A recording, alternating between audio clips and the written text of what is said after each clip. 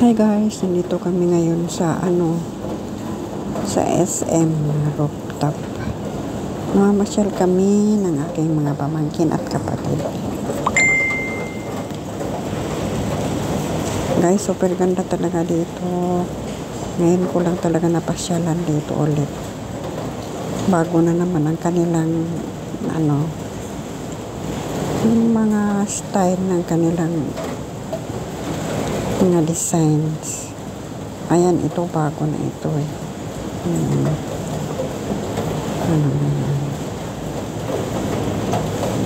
At maya papunta kami MOA Sky. Ang sinasabi nilang maganda. Hindi ko alam kung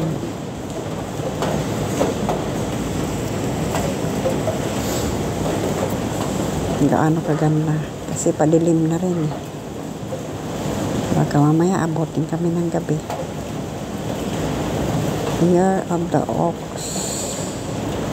Ito ang kalagay. Ito pala yung itsura ng ox. So, ayan guys. Ayan, may tubig pala dito nasa hagdan siya dumadaan. Ang ganda. Grabe talaga yung architect na umano nito. Nag-design nito. Ayan, paakit na kami guys sa MOA Sky ng aming mga pamangkin at kapatid. Ayun. First time namin dito makaakyat sa MOA Sky. Ayan ang tubig guys. Ang ganda talaga niyang kunan. Napaka gandang tingnan. Malamig sa pakiramdam.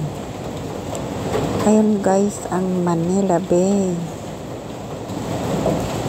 Kitang-kita ang Manila Bay. Matatanaw siya. Pupunta muna kami sa gilid guys kasi kakain daw kami ng aming baon. Ito yan, mga upuan yan. Nakaganyan. Gusto mong upo. Ayan yung dalawa, nakaupo na sila agad. Dito muna kami sa sulok para makakain ng baon namin. Yung daming tanim guys, parang presko rin sa pakiramdam kasi maraming halaman. Ito pa lang yung unang part ng napuntahan namin sa bungad ng hagdan. Pero yun pala, napakalawak talaga.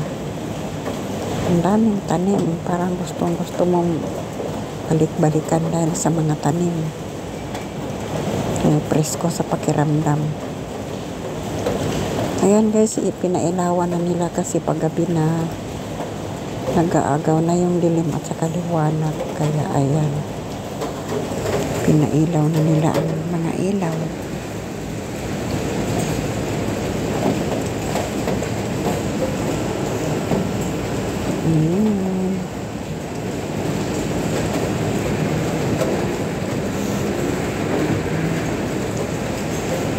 Ayan guys, dadako tayo sa Manila Bay at lulungawan natin ang nangyayari doon.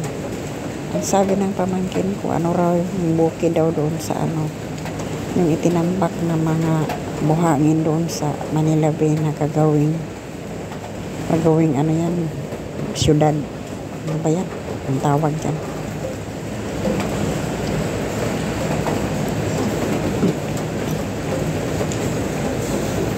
Ang ganda tingnan guys, ito sa itaas.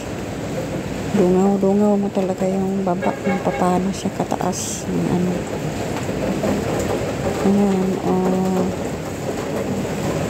Ayan, Manila Bay, super, kitang-kita mo lahat.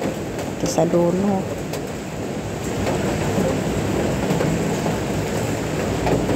Pwede kayo ditong mamasyal, magbaon lang ng or gusto nyo kumain.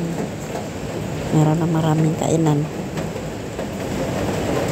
Ito yung munting garden para sa mga hayop guys. Papasok sila dito at pagala-galain. Exclusive lang po sa may mga alagang hayop. Ginawa talaga nila to sadya. Ayan. Sinadya nilang gawa ng para sa mga may hayop na ano, bitaw-bitawan yung mga hayupan. Ayan na guys, dadako na tayo sa kabilang party ng ano, MOA Sky. Ayan. Super lawak talaga dito. Parang buong MOA yung ano nila eh. Buong building ng MOA ang inukupay nila para magkaroon ng ganito kaklaseng kaganda at kalawak na ano, napasyalan dito sa rooftop. Meron mo yan guys, ayan. Kalain mo dito to sa pinakataas ng SM Mall of Asia.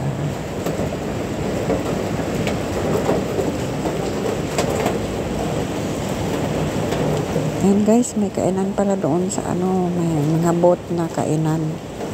Kung sino yung gustong kumain, pero yun lang, pricey lang ang mga ano nila dyan, mga tinda. Kung sinong gustong bumili ng medyo mahal, ayan,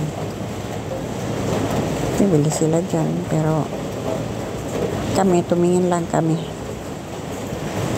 Curious lang kami kung ano yung mga tinda nilang pagkain. Maganda naman, masarap naman yung kanilang tinda. Ayan, ng mga prutas, pwede kayong pagawa ng fruit shake. Ayan, sari-sari yung mga ano, pagkain na ano. Meron din silang ginawang kainan yung lamesa na may payong at upuan at lamesa sa ilalim. At ayan yung mga halaman na sa paligid, ganyan, dyan yan, sa kainan. Mahaba talaga ang party na to yun guys.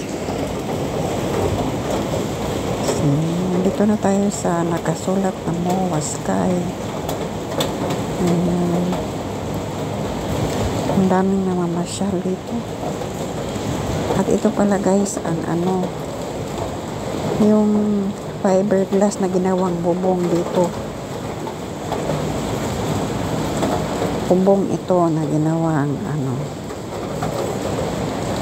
fiberglass para maliwanag sa baba, hindi madilim kahit gabi or ay kahit araw.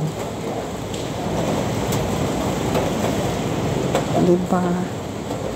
Napakaganda. Pinalibutan siya ng mga hardin, mga bulaklak. So guys, nandito na tayo sa last part. Thanks for watching.